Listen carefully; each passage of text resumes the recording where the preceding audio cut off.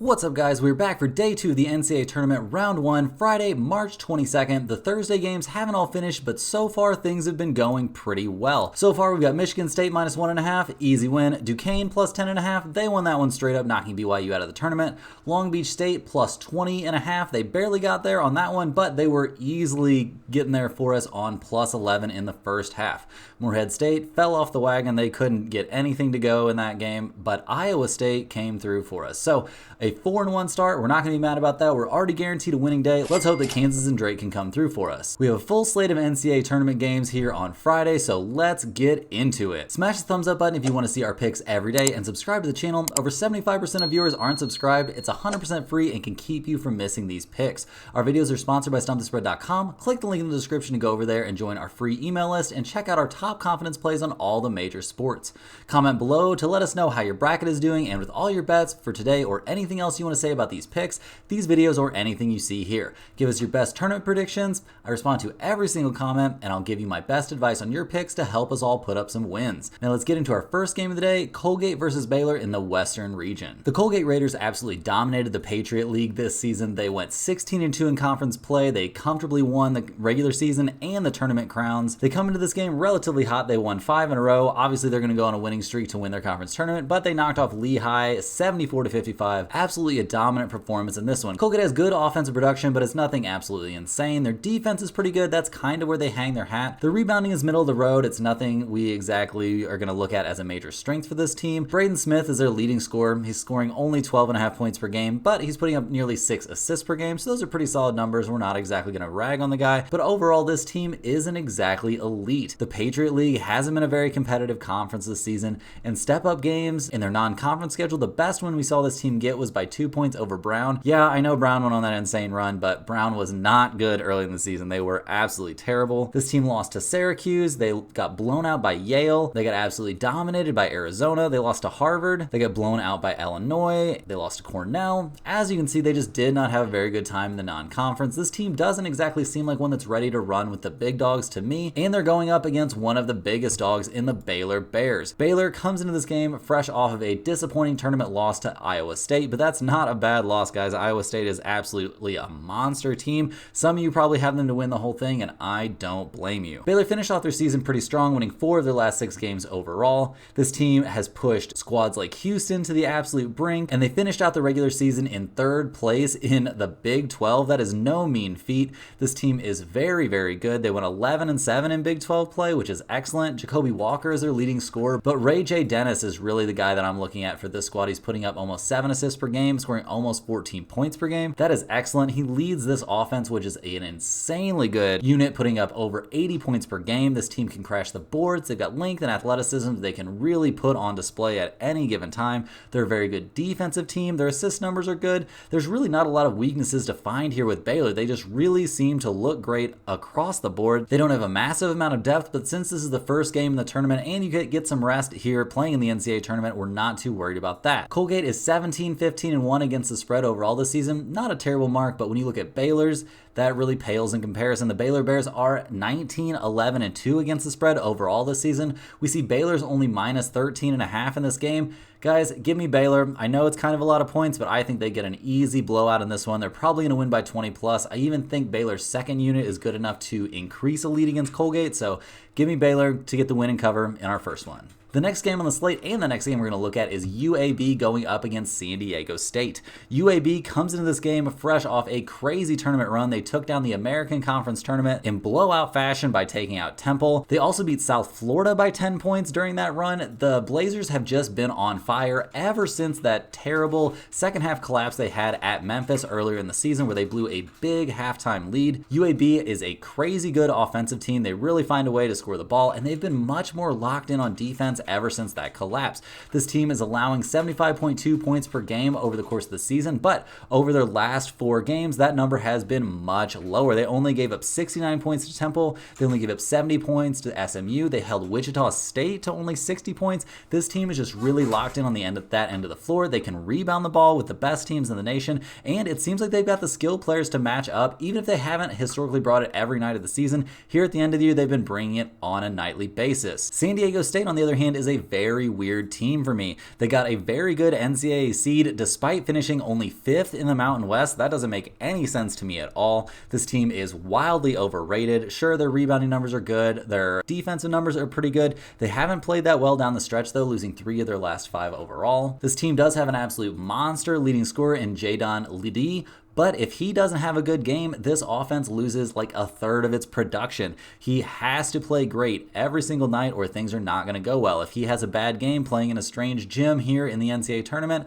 immediately San Diego State is in terrible, terrible shape. This team isn't a monster offensively. They can score the ball, but they did put up 86 points against Utah State, but in the game after that, they got absolutely dominated by New Mexico. They only scored 61 points. UAB is a staggering 20, 12, and 1 against the spread this season, and San Diego State is pretty much the opposite end of the spectrum. They're only 13 and 19 against the spread. We see San Diego State is minus 6.5 in this game. Guys, that's not what we're looking for. Give me UAB plus 6.5. You might be able to find them plus 7 still. There are still probably some plus 7s out there, so give me UAB in the points in this one. I think you can definitely sprinkle that money line too. They could win this game straight up. Now we're going to hop over to Western Kentucky taking on Marquette. Western Kentucky has been an exciting team this season. They won an exciting tournament run to get this NCAA seed. Even though they only went 8-8 in Conference USA play, they were clearly not the best team in that conference, but they hit their stride at the perfect time, knocking off UTEP. They didn't even have to play Sam Houston to make it to the NCAA tournament, which is pretty wild that they dodged them in the conference tournament. This team puts up some offensive numbers. Their rebounding is great. They play at a very high pace, so they're going to try and get out and run. They're going to try and turn this into a game that favors them, but I think they might have a hard time with that. Don McHenry is their leading scorer and leading assist getter, but he's only putting up 2.5 assists per game. This team doesn't move the ball particularly well. They kind of tend to go ISO a lot, playing a lot of one-on-one ball, and that could be pretty tough when you're going against a serious non-conference opponent when you're used to taking on people from the Conference USA. In step-up games this season, they lost to Wichita State, and that's pretty much the end of meaningful non-conference games.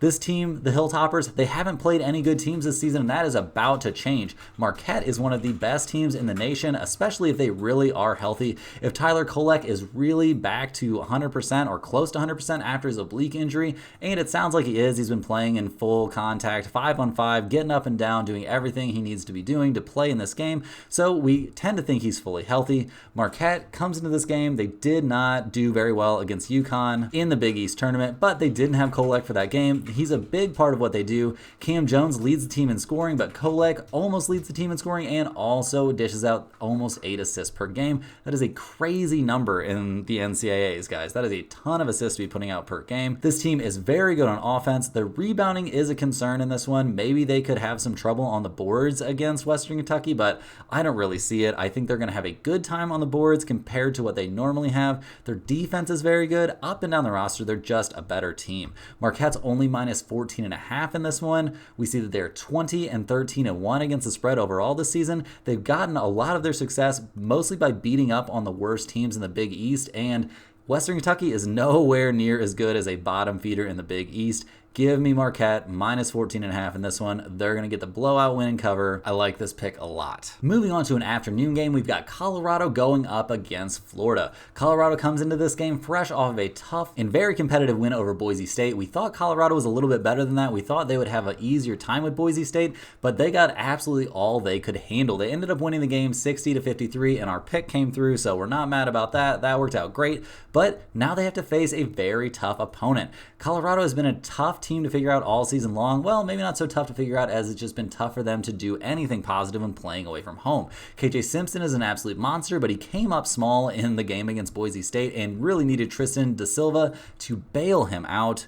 This team is very good on offense, generally speaking, although they didn't look so great on offense against Boise State. Their defense continues to be a concern. Their rebounding is pretty good. It's not a huge concern, but it could be a tough spot for them in this game, going up against the Florida Gators, who are a very, very good team. Florida comes into this one fresh off of a tough loss against Auburn, but in general, the Gators have been very, very good. They're one of the best offensive teams in the nation. They're one of the best rebounding teams in the nation. This team is putting up over 85 points per game. Think about that, guys. That is crazy numbers for college basketball. Walter Clayton Jr. is their leading scorer. He's putting up 17 per game. Zion Pullen is an absolute monster. He's their point guard. He's scoring almost 16 points a game to go along with 5 assists, and he's only averaging just over 1 turnover per game. That is crazy good guard play. We also have Tyrese Samuels. He's scoring 14 a game. He's shooting almost 60% from the field. This team just has offensive talent up and down the roster. They're one of the best rebounding teams in the nation. Being top 10 in scoring and top 10 in rebounding, that's pretty impressive. Sure, I know some of that comes from them playing at a high pace, but not all of it. This team has great ball movement. Their defense is pretty good. Defense not amazing. Don't get me wrong. They've given up some big numbers to teams like Alabama and Auburn and even Texas A&M, but those are all very good teams. Those are teams that are in the NCAA tournament, so they shouldn't exactly feel bad about that. Colorado's only 18-17 against the spread this season. We see Florida is below 500 against the spread, but 16-18-1. That's basically even to me. Florida's only minus 1.5 in this one. We're riding with the Gators in this game. I think they have too much offense. They're going to just overwhelm Colorado, and Florida, the Gators, they're going to get the win in this one. It's one of my favorite picks of the day. Next up, we're looking at Vermont going up against Duke. The Vermont Catamounts came out on top of the American East Conference tournament and just on top of the conference in general. They went 15-1 in conference play. Dominant performance from them there, but they didn't really have to go up against anybody else that was very good. Like the second best team in that conference, or the second two best teams in that conference, were UMass, Lowell, and Bryant. Yeah. Not exactly teams that you're going to have heard of, and not exactly teams that you would consider solid opposition. Vermont is a very middle-of-the-road team offensively. Actually, they're not even middle of the road. They're a little bit below middle of the road. Their leading scorer, TJ Long, is putting up only 12 points per game on 43% shooting. If you don't have a scorer that can really tear things up in the American East, like, come on, like, what are you doing? Your recruiting must not really be that much up to par. They are a good defensive team. They're only allowing 63 points per game, but that's against pretty weak opponents. Their rebounding is middle of the road. This team doesn't have a whole lot that really recommends itself to me. Their non-conference schedule, we saw them get absolutely destroyed by Virginia Tech. They did get a win over Charleston. They took down SLU, but those aren't exactly teams that we're going to think those are amazing wins for them to have gotten in the non-conference, and that was a long time ago. Vermont's really going to have its work cut out for it going up against Duke. The Blue Devils come into this game off back-to-back losses, so that's not a great look. They lost to North Carolina in their last game of the regular season, and then they lost to NC State in the ACC tournament. Duke has been pretty good this season in general. Them and North Carolina were really the only two teams that I recognized as being decent in the ACC. I still think the conference in general is overvalued, don't get me wrong, but Duke and North Carolina are the only two teams that I think have potential at all in this tournament. Kyle Filipowski is, as everyone knows, Duke's leading point getter and leading attention getter, and I guess probably leader in intentionally tripping opponents that are trying to run down the floor. I know I'm wearing a Duke hat for this game, but guys, this is not my favorite team. I became a Duke fan back when JJ Redick and Greg Paulus were there, so don't give me too much trouble about this hat. I need to get a new one. Comment down below what new hat you think I should get. Back to the pick though, Duke is a very good offensive team. They're putting up almost 80 points per game. They're in the top 50 nationally in overall offensive production. That's pretty solid. Their rebounding isn't amazing, which is kind of weird. You would think Filipowski would be out there making up for that, but he hasn't really done that too much. The thing that sticks out to me about Duke is their defense. They're allowing only 67.4 points per game. That is pretty crazy. That's very, very dedicated effort on the defensive end. And something else that sticks out to me that I was kind of surprised about, I haven't made too many picks for or against Duke this season. The Blue Devils are actually 18-13-1 against the spread overall this season. So that's a pretty solid number. Like, they actually do pretty well against the number. Vermont, on the other hand, is only 14-18 against the spread, which is wild to me. If you've dominated your conference, like, how are your against the spread numbers not better? But they just aren't. Duke has a great matchup in this game. They're going to win this one easily. They're only minus 11.5 points. Duke has had some choke jobs in the opening round of the NCAA tournament. Don't get me wrong, but this is not going to be one of them. Give me Duke minus 11.5. This might be one of my bigger plays of the day. Next up, we're looking at Charleston going up against Alabama. Charleston comes into this game fresh off winning the CAA tournament. They dominated that conference throughout the regular season. They went 15-3 in conference play. Very solid numbers. This team can really score the ball. They dominate the boards. Their defense is pretty good, but all of those numbers have come against pretty weak competition. They haven't really done much against good teams. They got absolutely blown out against Duquesne. They lost to Wyoming. They beat Kent State. They got blown out by FAU. Not a whole lot of success to find for them in their non-conference schedule.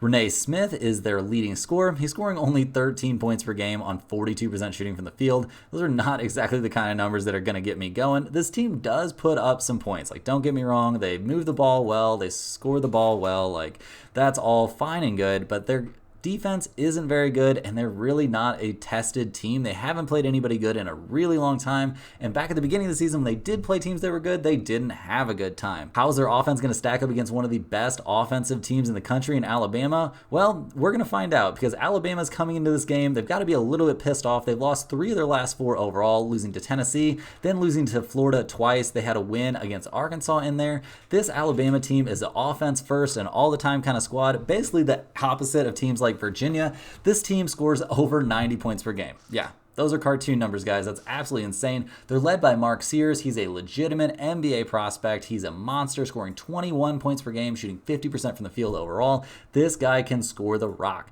This Alabama team rebounds the ball well. A lot of that's a function of their crazy high rate of play, but let's give them a little bit of credit here. They were hanging with Florida on the boards. Even though they were losing that game, they kept things pretty competitive on the glass. Alabama is 17-15 against the spread this season. Charlotte's only 16-1 against the spread. Alabama is playing some of their best ball of the season. I think they find a way to get the job done here. Give me Alabama. They're only -9. They only have to win this game by double figures. I think it's going to be a track meet for sure. Am I a little bit worried about Alabama not having enough defense? Yeah, but they're going to be so far ahead of Charleston in the athletic department overall. Alabama is going to absolutely dominate these guys. Nobody on Charleston is going to be able to stay in front of anyone. Alabama is going to score over 100 points in this game. I would be kind of shocked if they don't. Give me Alabama in this one for sure. Last but not least, we're looking at TCU going up against Utah State. TCU comes into this game fresh off of a loss to Houston. Not the most competitive of losses, but they played pretty well down the stretch here. They won 2 of their last 4. They did lose to UCF. This is one of those teams that kind of just snuck into the NCAA tournament in my opinion, but they've been very good all season long. This TCU team can score the ball. They did go 9-9 in Big 12 play, which doesn't look amazing on paper, but they have some big wins. They did beat Houston earlier this season. They played a very close 1-point game against Iowa State. And sure, they didn't keep things that tight with Houston in the last game of the season, but let's cut TCU a little bit of slack on that one. They were playing one of the best teams in the nation, one of the best teams I think we've seen in recent memory. This TCU team is good on the boards. Their defense isn't amazing, but their ball movement is fantastic. Emmanuel Miller is a legitimate superstar.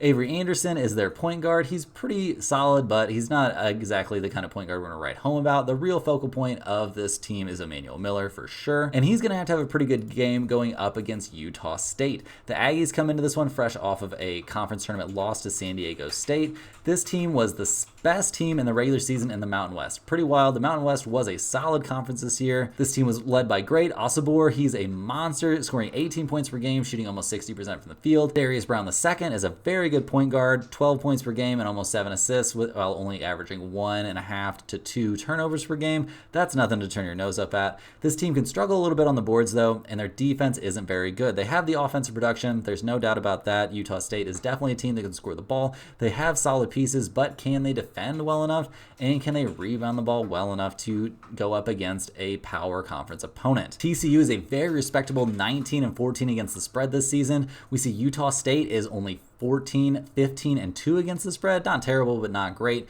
TCU is -3.5 in this one. Give me the Horned Frogs. I think they're going to have too much offense and too much defense for Utah State, and I give the rebounding edge to TCU also. I think they find a way to get the job done, and historically, Utah State has not been very good in the tournament. Give me TCU in this one. That's all the games we have for today. Hit that like button for good luck on all your bets, and subscribe if you're new. Let me know in the comments any questions you have on today's slate. Thanks for watching. You can click the link in the description to check out stumpthespread.com, and we'll see you guys tomorrow for more NCAA basketball action.